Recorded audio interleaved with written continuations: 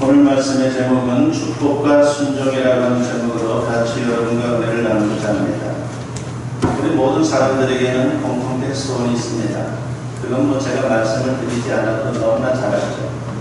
복된 인생을 사는 것, 그것이 우리 모두의 소원일 것입니다. 그런데 실제로 복된 인생을 사는 사람들은 그렇게 많지는 않습니다. 여기에는 두 가지 이유가 있습니다. 하나는 복이 누구에게서 오는지 모르기 때문입니다. 또 하나는 구체적으로 복을 어떻게 받는지 그 방법을 모르기 때문입니다. 세상 사람들이 복을 받겠다면 추구하는 방법 중에 어떤 것들이 있습니까? 많은 사람들이 점을 칩니다. 점을 쳐서 맞기도 어렵지만 맞는다고 해서 다 복을 받는 것이 아닙니다. 도장 글씨체가 좋으면 복이 들어온다고 하면서 복도장을 새기는 사람들도 있습니다.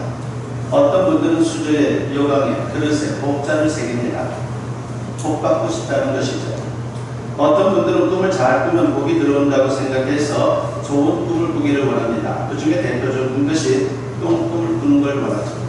그리고 돼지꿈을 꾸는 걸 원합니다. 우리가 보통 그런 꿈을 꾸면 오늘 많이 번다라고 생각하기 때문입니다. 인간이 이렇게 어리석습니다. 복을 누가 줍니까? 우주 만물의 창조주이시고 주권자이신 하나님이 복을 주시는 겁니다. 하나님이 주시는 것만이 진정한 복이 되는 거예요. 그러므로 하나님의 방법으로 복을 구하는 것은 우리에게 대단히 중요합니다. 오늘 본문은 인간이 어떻게 하나님과 복을 받을 수 있는지에 대해서 가르쳐주고 있습니다. 부디 하나님이 정하신 방법으로 복을 구하고 복을 받는 우리 모두가 되었으면 합니다. 오늘 본문은 신명기 가운데서 가장 핵심적인 장으로 흔히 축복장이다라고 그렇게 부릅니다. 신명기는 모세가 출애굽 이후에 광야 생활을 마쳐갈 무렵에 이스라엘 백성들에게 당부하는 말씀입니다. 즉 설교인 것이죠. 가나안 땅을 바라보면서 너희들이 앞으로 저 땅에 들어가서 어떻게 살아야 하는지에 대해서 마지막으로 설교를 하는 것입니다. 이미 모세 자신은 가나안 땅에 들어갈 수 없다라고 하는 하나님의 말씀을 들었습니다. 그러므로 비장한 마음으로 가나안 땅을 눈앞에 둔 백성들에게 간절한 마음으로 당부를 하고 있습니다. 그 중에서 가장 중요한 말씀이 오늘 본문 28장입니다. 여기 보면 복을 받는 비결이 나오고 있습니다. 하나님 말씀에 순종하면 복을 받는다는 겁니다. 이것은 신명기 전체의 주제이기도 합니다. 오늘 본문을 보면 하나님께서 복을 주시는데 하늘에 도구가 있다라고 하는 것을 언급합니다. 하늘에 창고가 있다는 것이죠. 보물 창고가 있다는 겁니다. 그 창고에는 하나님이 예비하신 도구로 가득합니다. 오늘 본문 12절에 보니까 여호와께서 너를 위하여 하늘의 아름다운 도구를 여시사 네 땅에 때를 따라 비를 내리시고 네 손으로 하는 모든 일에 복을 주시리니 라고 했습니다. 이스라엘이 위치한 팔레스타인 지역은요, 비가 적은 지역입니다. 우리가 너무나 잘 알지 않습니까? 그러므로 그들에게 있어서 비라고 하는 것은요, 복 중에 복입니다. 비가 안 오면 모든 게 끝장납니다. 그러므로 하늘의 복에 하나님이 예비하신 복이 가득한데 그 문을 열 때에 비가 내려 복을 받는다는 것입니다. 여기서 모든 복이 하나님으로부터 온다는 사실을 확인할 수가 있습니다. 야고보서 1장 17절에서 야고보 사도는 이런 말씀을 합니다. 온갖 좋은 은사와 온전한 선물이 다 위로부터 빛들의 아버지께로부터 내려오나니 그는 변함도 없으시고 회전하는 그림자도 없으시니라 했습니다. 여기서 온갖 좋은 은사와 선물은 바로 복을 의미하는 것입니다. 그 모든 게 하나님에게서, 다시 말하면 하늘로부터 내려온다는 것입니다. 하나님께서 우리 인생을 위해 예비하신 복이 얼마나 풍성한지 다윗은 이렇게 표현하기까지 했습니다. 시편 31편 19절에 보면요, 주를 두려워하는 자를 위하여 쌓아두신 은혜, 곧 주께 피하는 자를 위하여 인생 앞에 베푸신 은혜가 어찌 그리 큰지요 라고 그렇게 고백을 했습니다. 축복의 창고에 복을 풍성히 쌓아두고 내려주시는 분이 바로 우리 하나님이시다라고 하는 것을 다윗은 고백하고 있습니다. 그런데 그 축복의 창고에 문이 있고 그 문을 열려면요, 반드시 열쇠가 필요하다는 것이죠. 이 열쇠는 무엇을 의미합니까? 하나님의 절대 주권을 의미합니다. 즉 우주 만물을 통치하고 다스리는 권세에 있는 것, 바로 그분의 주권, 그것을 말하는 것입니다. 12절 상반절을 다시 보면요, 여호와께서 너를 위하여 하늘의 아름다운 도구를 여시사라고 했습니다. 하나님의 권세로 하늘문을 열어주신다는 겁니다. 하늘문이 열리면요, 그것을 통해서 복이 내려오는 것입니다. 이 원리를 말라기 3장 10절에서 이렇게 설명을 합니다. 만군의 여호와가 이르노라 너희의 온전한 11조를 11절 창고에 들여 나의 집에 양식이 있게 하고 그것으로 나를 시험하여 내가 하늘 문을 열고 너에게 복을 쌓을 곳이 없도록 붙지 아니하나 보라고 했습니다.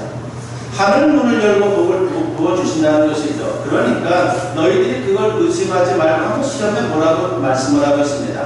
복을 내려주시는 하나님의 권세가 얼마나 절대적인지 요한계시록 3장 7절과 8절은 이렇게 말씀을 합니다. 필라델피아 교회 사자에게 편지하라. 거룩하고 진실하사 다윗의 열쇠를 가지시니 곧 열면 닫을 사람이 없고 닫으면 열 사람이 없는 그가 이르시되 볼지어다 내가 내 앞에 열린 문을 두었을 때 능히 닫을 사람이 없으리라 그랬습니다. 1세기 소아시아의 일곱 교회 중에 필라델피아 교회에 주님께서 주시는 말씀입니다. 주님이 어떤 분이라고 했습니까? 다윗의 열쇠를 가진 분이다라고 말씀을 합니다. 다윗의 열쇠는요, 왕권을 상징합니다. 열어놓으면 아무도 닫을 수 없고 닫아놓으면 아무도 열 수 없습니다. 그러니까 절대 주권인 것이죠. 하나님의 절대 주권이 어떤 것인지를 잘 설명해주는 성경 구절이 있습니다. 사무엘상 2장 6절과 7절에 보면 여호와는 죽이기도 하시고 살리기도 하시며 수월에 내리기도 하시고 거기에서 올리기도 하시는도다. 여호와는 가난하게도 하시고 부하게도 하시며 낮추기도 하시고 높이기도 하시는도다. 그랬습니다. 인생 만사, 세상 만사가 다 하나님 손 안에 있다는 것입니다. 하늘문을 열면 복이 임하고 하늘문을 닫으면 저주가 임할 수밖에 없다는 것입니다. 신명기를 보면 이런 말씀이 계속해서 반복이 됩니다. 신명기 30장 15절에 보면요, 보라 내가 오늘 생명과 복과 사망과 화를 내 앞에 두었나니라고 했습니다. 하나님이 인생 앞에 두 갈래 길을 두셨다는 것이죠. 생명이냐 사망이냐 복이냐 화냐 둘 중에 하나라고 하는 것입니다. 신명기 30장 19절에 보면요, 내가 오늘 하늘과 땅을 불러 너희에게 증거를 삼노라. 내가 생명과 사망과 복과 저주를 내 앞에 두었은즉 이라고 했습니다. 이 구절도 마찬가지죠. 하늘과 땅을 불러 증거를 삼는다고 하는 것은요, 불변의 진리라고 하는 뜻입니다. 인생 앞에 생명과 사망, 복과 저주의 두 갈래 길을 주셨는데 어느 길로 가느냐 하는 것은 자기 할 탓이라고 하는 것입니다. 만약에 하나님께서 복을 주실 만하지 않으면 하늘문을 닫습니다. 그러면 어떻게 됩니까? 오늘 보면 23절과 24절에 보면요, 내 머리 위에 하늘은 돛이 되고 네 아래의 땅은 철이 될 것이며 여호와께서 비 대신에 티끌과 모래를 네 땅에 내리시리니 그것들이 하늘에서 내 위에 내려 마침내 너를 멸하리라고 했습니다. 하늘문이 단단한 돛으로 막힌다는 것은요, 비를 내리지 않겠다는 겁니다. 이스라엘에게는 저주와도 같은 것이죠. 땅이 철이 된다는 것은 뭡니까? 비가 내리지 않아 심한 가뭄으로 땅이 단단해지는 것을 말하고 있는 것입니다. 결국 모든 축복이 중지되고 오히려 저주가 임한다는 뜻입니다. 이런 내용이 구체적으로 신명기 28장에 나와 있습니다. 흔히 신명기 28장을 말할 때에 축복장이다라고 그렇게 말하지만요, 정확하게 말하면요, 축복과 저주의 장입니다. 1절부터 14절에는 축복이 기록되어 있고 15절부터 68절에는 저주가 기록되어 있습니다. 저주에 관한 경고의 말씀이 축복에 비해서 거의 4배 정도 많다고 하는 것을 우리가 알 수 있습니다. 자녀가 잘못될세라 부모가 자꾸 잔소리하는 것처럼 하나님과 안타까운 마음에 자꾸 말씀하고 있는 것입니다. 비유하자면 하나님의 잔소리입니다. 복받기를 원하는 당신의 사랑하는 자녀들 향해서 주님께서 계속 잔소리를 하고 있는 겁니다. 원래 하나님은 인간에게 복주기를 기뻐하십니다. 그러나 복을 받는 것은 인간이 할 탓입니다. 하나님께서 하늘문에 열쇠를 가지고 있는데 그 열쇠를 열어주는 사람이 있다는 겁니다. 그가 바로 하늘문을 연 사람입니다. 하늘문을 여는 것은요, 하나님의 주권 사항이지만 하나님이 세우신 규칙에 따라 문이 열립니다. 즉 하나님께서 하늘문을 열어주실 만한 조건을 갖춰야 합니다. 마치 이런 겁니다. 열쇠가 맞아야 문이 열리지 않습니까? 아무리 육중한 철문이라도 열쇠가 맞으면요, 철 걷어가고 열립니다. 하지만 열쇠가 맞지 않으면 절대로 문이 열리지 않습니다. 그 조건이 바로 순종인 것입니다. 그러므로 하늘문을 여는 사람은 다름 아닌 순종의 사람이 하늘문을 연 사람입니다. 순종에는 신앙이 전제됩니다. 신앙이 없으면 절대로 순종할 수 없어요. 순종은 신앙의 결과입니다. 다시 말하면 순종은 삶을 통해 나타나는 신앙 고백입니다. 순종은 신앙으로 하나님과 올바른 관계를 유지하는 겁니다. 원래 하나님과 인간은 소통하는 순정한 관계였습니다. 그런데 어떤 일이 벌어집니까? 에덴 동산에서 죄로 말미암아 하나님과의 관계가 어그러지게 되었고 불통의 관계, 즉 원수 관계가 되고 말았습니다. 그렇게 해서 하나님이 다쳤습니다. 이 문제를 해결하고자 예수 그리스도께서 이 세상에 오신 것이고 인간의 죄를 대속함으로 하나님과 인간의 관계를 화목한 관계로 회복시켜 주셨다는 것입니다. 이때 비로소 하늘문이 열리기 시작했습니다. 그것을 사도 바울은 이렇게 말합니다. 로마서 5장 10절에 보니까 곧 우리가 원수 되었을 때에 그의 아들의 죽으심으로 말미암아 하나님과 화목하게 되었은즉이라고 했습니다. 예수님으로 인해 믿는 자에게 하나님의 자녀가 되는 자격을 주셨고 그로 인해 하나님과의 소통이 가능해졌고 하늘문이 열리기 시작한 것입니다. 그런데 하나님과 기본 관계가 형성되었다 할지라도요, 계속해서 원활한 소통 관계가 유지되지 않으면요 하늘문이 닫힐 수가 있어요. 그걸 잊어서는 안 됩니다. 이런 원리를 알기에 모세는 거듭해서 강조합니다. 뭐라고 강조합니까? 순종하라고 말입니다. 끝까지 순종하라고 말입니다. 신명기 28장 1절과 2절에 보면 네가 내 하나님 여호와의 말씀을 상고하여 듣고 내가 오늘 네게 명령하는 네의 모든 명령을 지켜 행하면 네 하나님 여호와께서 너를 세계 모든 민족 위에 뛰어나게 하실 것이라. 네가 내 하나님 여호와의 말씀을 순종하면 이 모든 복이 네게 임하며 네게 이르리니라고 했습니다. 말씀을 듣고 지키면 이게 순종입니다. 그러면 복이 임한다라고 했습니다. 그래 그런 말을 하죠. 복이 붙는다고 말합니다. 많이 들어보셨어요? 복이 따라와서 붙잡는 것입니다. 사람이 복을 따라가는 게 아닙니다. 사람이 복을 따라간다고 해서 복을 누리는 인생이 되는 게 아니에요. 복이 사람을 따라오는 겁니다. 이게 정상입니다. 그런데 하늘문이 열리면 이렇게 되는 겁니다. 그래서 순종의 명령이 계속해서 반복이 됩니다. 오늘 보면 13절 하반절과 14절 말씀에 보면 오직 너는 내가 오늘 네게 명령하는 내 하나님 여호와의 명령을 듣고 지켜 행하며 내가 오늘 너에게 명령하는 그 말씀을 떠나 좌로나 우로나 치우치지 아니하고 다른 신을 따라 섬기지 아니하면 이와 같으리라고 했습니다. 순종은 하나님의 말씀을 듣는 것을 전제로 하는 거예요. 그래서 청정이라고 하는 말이 나온 겁니다. 여기서 청자는 뭡니까? 들을 청자 아닙니까? 그리고 따를 종입니다. 즉 청정이라고 하는 것은 경청과 순종을 포함하고 있는 것입니다.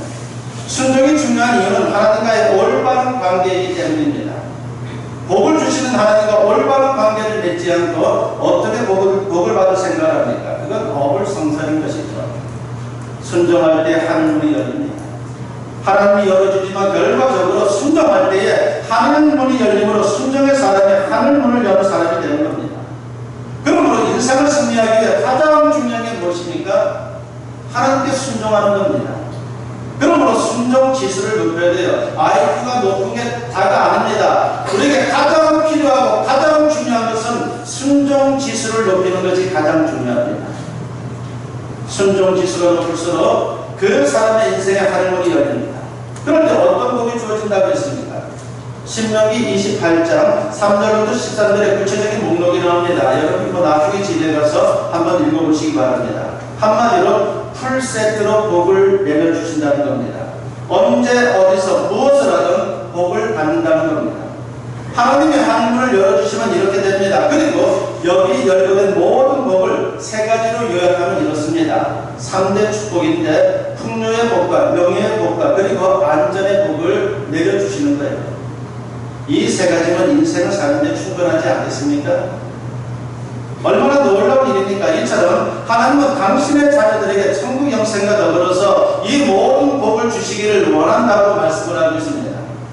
이런 복을 받아 누리기 위해서 하늘문이 열려야 되는데 순종이 바로 그 비결이다라고 강조를 합니다. 그리 복을 받으려면 하나님께 기도하면 된다고 생각합니다.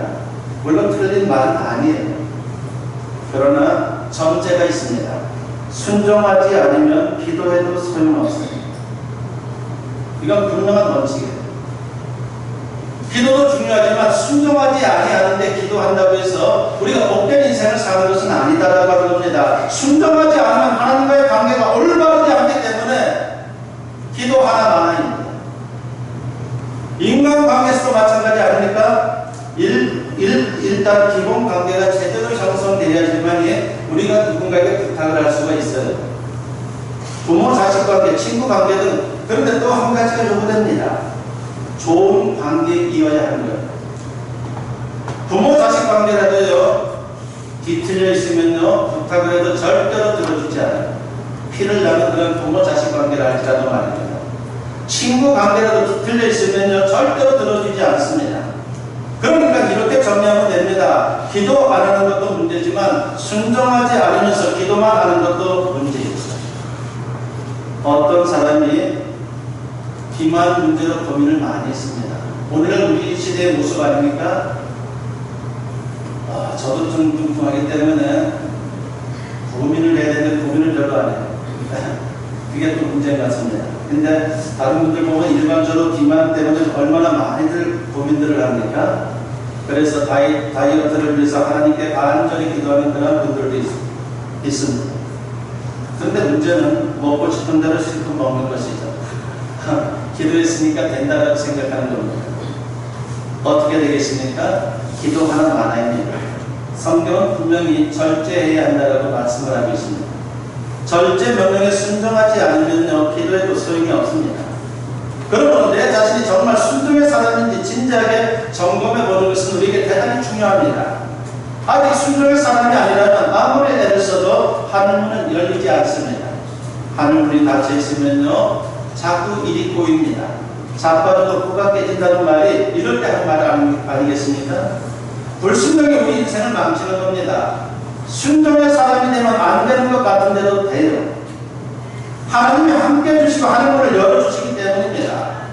무엇보다 순종하되 온전한 순종을 하는 게 대단히 중요하다는 것을 우리가 잊어서는 안 됩니다. 이스라엘 백성들이 광야 생활을 끝내고 요단강을 기적적으로 건너지 않았습니까? 근데 요단강을 건너면 다 되는 줄 알았어요. 근데 어떤 일이 벌어집니까? 요단강을 건너서 가나안 땅에 딱 들어가자마자 엄청난 성을 보게 되죠. 철옹성 같은 여리고 성을 만난 것입니다. 이스라엘 백성들은 어마어마한 이 성을 점령할 엄두가 나지를 않았습니다. 그러나 이 성을 그대로 두고서는 가나안으로 진입하는 것은 너무나도 힘든 상황입니다. 그런데 하나님께서 그들에게 명령을 내립니다. 여호수아 6장 3절부터 5절에 보니까 너희 모든 군사는 그 성을 둘러 성 주위를 매일 한 번씩 돌되 엿새 동안을 그리하라. 제사장 일곱 양각 나팔을 잡고 언약궤 앞에서 나아갈 것이요 7째 날에는 그 성을 7번 돌며 그 제사장들은 나팔을 불 것이며 제사장들이 양각 나팔을 길게 불어 그 나팔 소리가 너희에게 들릴 때에는 백성은 다 큰 소리로 외쳐 부를 것이라. 그리하면 그 성벽이 무너져 내리리니 백성은 각기 앞으로 올라갈지니라 하심에 라고 했습니다. 모두 13번 올라간 겁니다. 일주일 동안 그 성읍을 돌고 돈다고 한번 여러분 생각해 보십시오. 전쟁을 하는 것도 아니고 태양과 아래에서 성을 도는 것은 대단히 힘든 것입니다. 그러면 성이 무너진다고 합니다. 세상에 성을 몇 바퀴씩 돈다고 해서 그 성이 무너진다고 생각하는 사람들이 얼마나 되겠습니까? 사람들은 생각할 겁니다. 맹랑한 소리 같고 엉터리 소리다라고 그렇게 말할지 모릅니다. 그런데 이스라엘 백성들은 왜 그 성을 돌았습니까? 하나님께서 보려고 하니까 본 거예요. 하나님께서 하라고 하시니까 그냥 순종하는 것 뿐이었습니다. 순종은 이스라엘이 했고 순종하고 난 뒤의 일은 하나님께 모든 걸 다 맡겼습니다. 그런데 이틀을 걸고 3일을 걸었습니다. 어떤 징조가 나타났습니까? 아무런 반응도 나타나지 않았어요. 그러나 이스라엘 백성들은 마지막 13바퀴를 돌기까지 즉 끝까지 순종하는 모습에서 흔들리지 않았습니다. 믿고 그대로 순종했더니 그대로 이루어졌습니다. 인간적으로 최악의 조건입니다. 그러나 하늘문이 열리니까 불가능한 일이 가능해졌습니다. 하늘문이 열리면 안 될 것 같은데도 되는 역사가 나타나는 겁니다. 여러분 복 받기를 원합니까? 승리하는 인생이 되기를 원합니까? 하나님의 법칙을 따르십시오. 예수를 믿고 하나님의 자녀가 되었으면 하늘문이 이미 나를 향하고 있는 거예요. 문제는 그 문이 언제 누구에게 열리느냐 이겁니다. 하나님은 순종의 사람에게 하늘문을 열어주십니다. 그래서 순종의 사람이 하늘문을 여는 사람입니다. 그러므로 온전한 순종으로 하늘의 문을 여시고 그래서 언제 어디서나 무엇을 수 있는 그런 진정한 축복의 하나님의 사람들이 될 수 있기를 주님의 이름으로 간절히 축원합니다.